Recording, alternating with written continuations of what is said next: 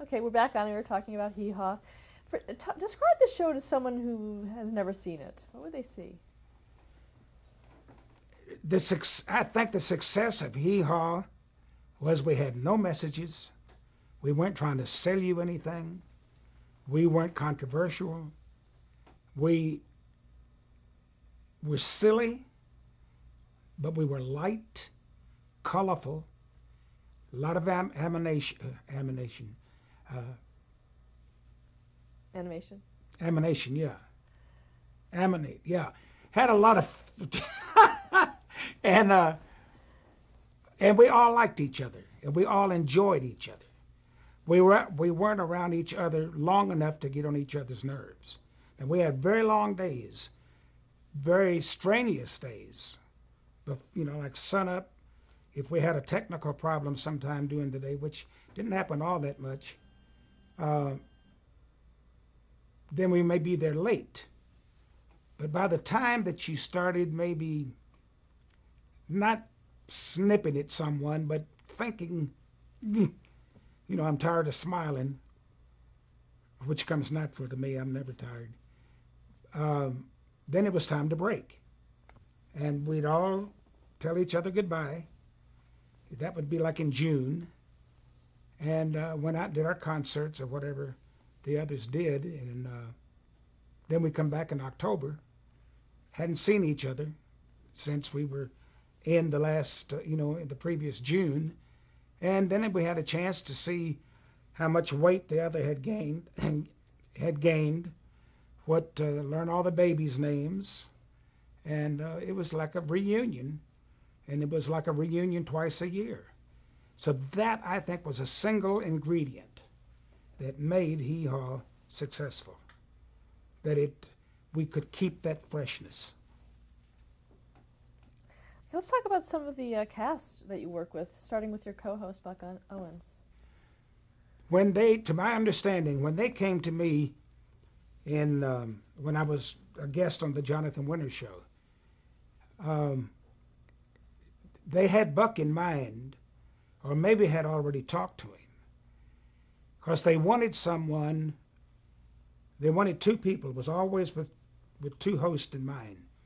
One was a host that was known primarily from record sales, and Buck was one of the top record sellers in the country.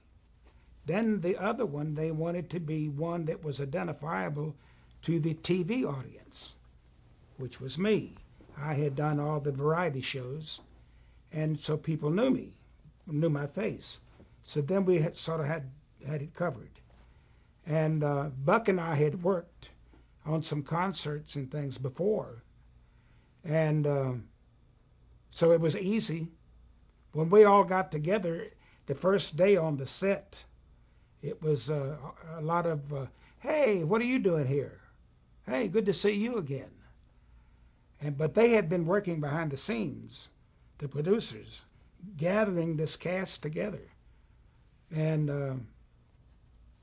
Buck is the only one that I had heard had been offered this hosting job. All of the others, Grandpa Jones and Archie Campbell, Gordy Tapp, a lot of Canadians on it. Go back to the producers being Canadian. But we have Bill Davis was the first director. And so they just I guess they were thinking if they had put everyone from the same school of country comedy, which is very close to vaudeville. If they'd put all of those on, I don't think it'd have worked. But if we brought people in that came from a different side of comedy and a different outlook on comedy and mixed the two, then they would create this feeling that they wanted to do. And a lot of people, there was two people in particular that were regular cast members that happened by accident. And the biggest was Junior Samples. Junior was when he was 9 years old, He worked in a distillery making moonshine whiskey. When he was 11, he had his own down in Georgia. He had been locked up or arrested several times, and finally the judge said, "Junior, if you continue, there's no more patty cake, no more slapping on the hands. You're going to go to jail." Well, it scared him, and so he quit. And besides that, all he did was fish and tell these outlandish stories. Well, he did one about a fish called the whopper, and it was recorded in somebody's basement. And he told the story of this fish that he had made up. Well, it was hilarious. It became an underground hit. And so Archie Campbell is the one that had heard it and brought Junior in to maybe make a one-time appearance. Well, they put the camera on him and everything stopped. They said, "This is it. This is the image that we're trying to portray. This country bumpkin." And everybody would say, ask me, says, "I got to ask you something." And I knew what was coming next. "Is Junior Samples for real?" I said, "Hoss, what you see is what you get. He's the only one that I've ever known that came out of the country to the city and not only did not learn, he actually digressed. He went back in time. But the purity of him was what it was all about, you know." What's your favorite Junior Samples moment? Well, there were a lot of them. Some of them I can't tell, but they were, like I say, he was very limited after the first season. The first season that summer, we took place at the Smothers Brothers. Hee Haw was such a smash that a lot of the CBS brass came to Nashville, which is, by the way, where we filmed Hee Haw from day one. And at the top of the L&M building was a big banquet hall. So the cast of Hee Haw was to go up and meet all of the CBS, I think,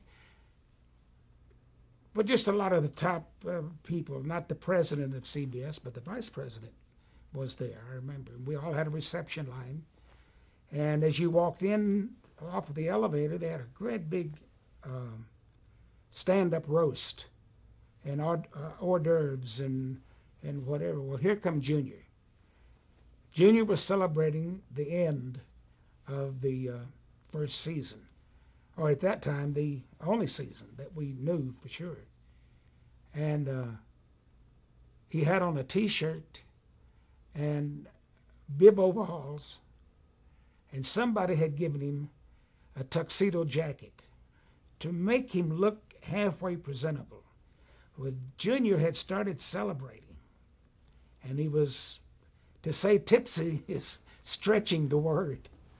And he reached over and he grabbed a big slice of this roast, and the grease was running down his sleeve. And he took a big bite out of it, and somebody said, "Someone go get Junior, run him through the line," because he was the talk of the show. "Run him through the line and get him out of here." So they run him up, broke the line, the receiving line, broke the line up to the CBS vice president and said, "Junior, this is the vice president." And before anybody could say anything, Junior says, "It's nice to meet you, Mr. Agnew." Now that was Junior. He thought he was showing that he had learned something. You had mentioned Junior and one other person that was accidentally cast. Was the little girl that she come from Texas, and she had come in to paint scenery. I think she was going to college, and so she just happened to come by as on the first year as someone that would help paint all the background scenery and stuff. Well, again, somebody put a camera on her. She had this wholesome little Daisy May, little cute little country girl, no makeup, you know, and they said, boy, she's just in a cute little smile. So she's the one that wound up, she did a whole lot of intros. She was not a performer, but she could read lines and she could deliver little. She was the one at the end of the show would open up the little logo and say, "And that's all, folks." And we did a little segment called Picking and Grinning, and she'd say, and she was perky as she could be, and she'd say, "Well, here's Buck and Roy and Picking and Grinning." And she lasted the whole 24 years that we were in productions. And she just come as a little painter, and the camera happened to catch her, and she photographed so well. You know, they found a place to put her and things for her to do. Now, we had been talking about Buck Owens. What was he like to work with? I think we fit well, very well together, because Buck, I look at life, you know, very, I see the funny side, and it's a blessing. If you can look at something that is really not all that pleasant, maybe even sad, and if you have the ability or the blessing to be able to look at that and see a bright side to it, a lot of times even a comedic side to it, it'll make things in life a lot easier, a lot smoother. So I had that silliness. Buck had a tendency to be serious, but he is also a performer. So he knew how to perform. But I'm the one that, I don't know which, if I was Stan Laurel or Oliver Hardy, which one I was, but I adapted. If I found Buck being a little too serious, I would do something, you know, that was a little ridiculous. And then he would have to react to that. So if it, however much it took, I'd break him up or I'd get him going. If the whole skit that we were doing just went on and on and on, I'd keep doing it. So we were a good match. How did things change when he left the show? How did things change? Looking back on it, when Buck left the show, and the other thing was that Buck was no longer touring, he was no longer doing concerts, he was no longer recording, he owned a couple major radio stations, a newspaper back in Bakersfield, California, and that's really where his interests were and had been for years. And that's what he donated all his time to. So twice a year, he had to drop all his business that he was really, really involved with and come to Nashville and do 2 segments of Hee Haw, which he did not benefit from. Because you on Hee Haw, you get an exposure, and if you have a new record out, you do it on Hee Haw, you say, got a new record, and people say, oh, I'll go out and buy it. If you do a concert, then they say, oh yeah, that's a guy was just saw on Saturday night on Hee Haw. But Buck didn't do concerts or record in studios. He, in fact, one time said, I haven't been in a studio in 6 years. But he just had to give up everything that his true interest where they lay and come in and do Hee Haw. And so when he left the show, then they started doing guest host. Well, it was a good idea, but it really didn't gel.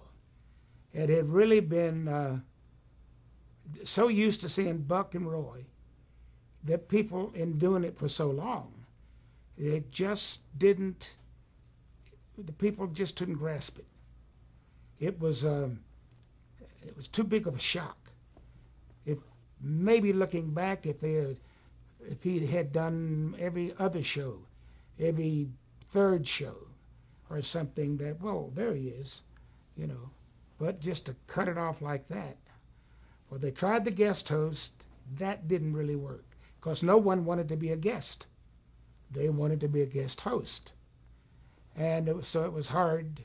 We couldn't let everyone be a guest host, and no one wanted to be a guest. So then they cut that off. Now they're going to attract the young people. And they upgraded the jokes. The cornfield and what they call the moonshine still, where everybody laid out in front of this old building with the dog and the girls on the front porch and stuff.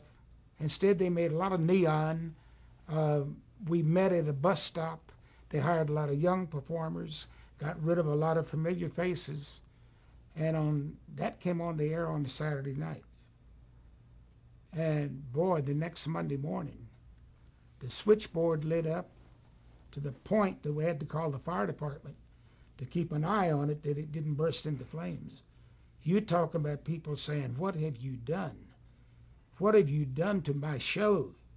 We became, you know, part of their family. And that was the beginning of the end. They tried to change it. It not only did not attract young people who are into their own thing, and it lost the people who had been so loyal for like 26 years, 24 years in production, and another 2 years in playing the reruns. Going back to the cast, let's talk about Archie Campbell. Archie was in from the very beginning with the producers. Producers would tell Archie what they were trying to do. Archie could tell them how to do it. Archie had a catalog. Archie had a catalog of jokes and situations and skits that would rival Bob Hope. And they said Bob Hope had one of the largest catalogs of jokes and situations that ever was. And Archie had the same thing. He had the foresight to know that there is a future for all these jokes that I'm doing now, I'm writing now, in which Archie was also hired as a writer and performer. And so he was in at the beginning, and I guess you'd call him a co-creator to Hee Haw, because they would come to him and say, "We need a skit of some kind." And Archie would say, "You're thinking about what would you see, like an Andy Griffith show." They picked out familiar things, you know, the sheriff's office in a little town, or the sheriff that didn't carry a gun because he knew everybody in town, tell them to go lock themselves up. And, you know, so Archie said, what is a popular spot in a little country town? And barbershop. So we did a whole, from the beginning, we did the Hee Haw barbershop, which Archie was the barber. He wrote all of his own material, and then I became his favorite character, that I would react to him. I didn't have many lines except just react to the story that he was telling. And he did everything else too, but that was his real big, obvious contribution to the show, was the barbershop. Now, would you say the producers were pretty much not at all familiar with the country world? They were familiar with doing Canadian, and I say Canadian because they were very, very highly produced country music shows in Canada. As far as doing what I call a legitimate country music show, they were slightly ahead of what we were doing here. They were producing, and I think they were CBC, to where they had a little more money to work with. And so they had more elaborate sets. They had larger band of musicians, 2 or 3 or 4 permanent acts. And to see their show was pretty slick. So they knew that side of it. And they had their comics. But then when they was thinking about doing this show, they knew what they wanted. It was like playing off of Hee Haw, off of Laugh-In, but they didn't know how to fill in the cracks. I know what we want to see, I know what we want to do, but what's the easiest way to do that? And how do we do that? And Archie was one of those that could do that. And then the others, like Grandpa Jones, String Bean, and they found Lulu down in Dallas. She had a little comedic striptease act that, because she was very heavy set, and it was, you know, something you could do in front of the PTA. It was not a exotic thing. It was just a comedy thing. But they said, well, she would fit. And so the rest of them they just found is characters that would fill in. And each time, by the way, that we went in to film Hee Haw, we would go in June to do 13 shows. We always did more than we needed. We'd go back in October and do 13 more, but we'd always do more than we needed because we did everything in segments. We limited it first in space, so we could put up only one set at a time. We'd put up the barbershop set, we'd film all of that, then we'd strike that set, and I think we could put up 2 at the most. Then we'd put up the cabin with the girls laying on the porch, and the dog and the 2 principals down front. And while they were doing the hotel spot, where I was the desk clerk, and that they used that spot to bring in a lot of the guests. It was a natural for them to come in and check. It was the Empty Arms Hotel. So they could come in and check into the hotel, and it would be a Tennessee Ernie Ford or Sammy Davis Jr. I run into him somewhere, and he said, when are you going to let me do your show? And they all wanted to come in, all these legitimate actors and pop stars and pop artists, and they all wanted to come in and put on bib overalls and come up out of the cornfield. They didn't want to come on and necessarily sing or do their thing. They wanted to come in and do Hee Haw's thing. They just thought that was the neatest thing in the world. Let's talk about Jim and John Hager. They were discovered by Buck Owens, or part of his crew. They were in Chicago cleaning aircraft, the interior of aircraft. Like when an airplane would come in and pull up to the gate, all the passengers got off. Well, Jim and John would go in and clean up the interior of the airplane. And they sang, being identical twins, which was unique. And I never, to this day, could figure out which was which. One was Jim, one was John, so I called it, just to make it easy. Every time I saw him, I called him Jimmy John. So I knew I had it right. And they would, so I don't know if they got to talking, if Buck was coming through Chicago and they got to talking at the airport, and they recognized him and said, well, you know, we sing too. And he said, well, come down and look me up and we'll see what we can do. And they did, and showed up and was on the show from the inception. Louis Grandpa Jones. Grandpa Jones, if I was casting the show, he would be the first one that I would have cast. He was one of the funniest people, unintentionally funny, that I've ever known in my life. He could say hello, and you laughed. He would go to Los Angeles, run into his friends out there, and he'd say, "Have you heard any more Grandpa Jones stories?" Because everybody made up stories about him, most of them untrue. But he'd built created such a character that most of them were true. But it got to where he would be hearing some of them for the first time. So he'd go to California and he said, "Well," and he talked that way in person. He said, "Have you heard any new Grandpa Jones stories?" And they'd tell him one. He said, "I ain't heard that one." And it's supposed to be about him, you know. But when he was not in costume, he looked like a banker. So he got away with it. He had the best of two worlds. He could go anywhere he wanted to and not be interrupted or disturbed, put his outfit on, and became everybody's grandpa. David Stringbean Aikman.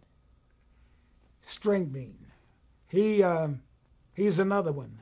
If you're looking for authenticity, it would be, nobody ever called him David Aikman.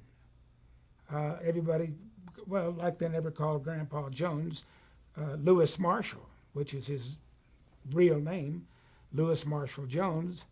And David Aikman was always Stringbean, or as we all called him, String. And we all called Grandpa Paul.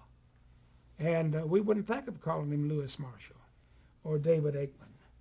And he's another, if you're looking for the realness of what you're trying to portray, those two would be top of the list. Now you can get characters, great actors, great impersonators, but they're not going to be real to those people out there that are looking and watching. And they can see, it's one thing about a television camera. It looks inside your soul. And if you're not real, the public picks it up. And with Grandpa and Stringbean, they saw they were real. Well, he's just like an old boy I know lives down the road here. He reminds me of old so-and-so. Because they believed in who they were. Because what you saw is what you got. What were his talents? What were his talents, Stringbean's? What were Stringbean's talents? He played banjo and told jokes. Him and Grandpa very, very similar in their presentation. But his talent really was, he sang old, borderline folk songs and played old-timey styled banjo right out of Appalachia. He was good musician in that style. He had not been spoiled with anything new going on. He couldn't tell you two people on the top 10 list for $1 million. But he enjoyed life. Stop there to change the tape. Okay.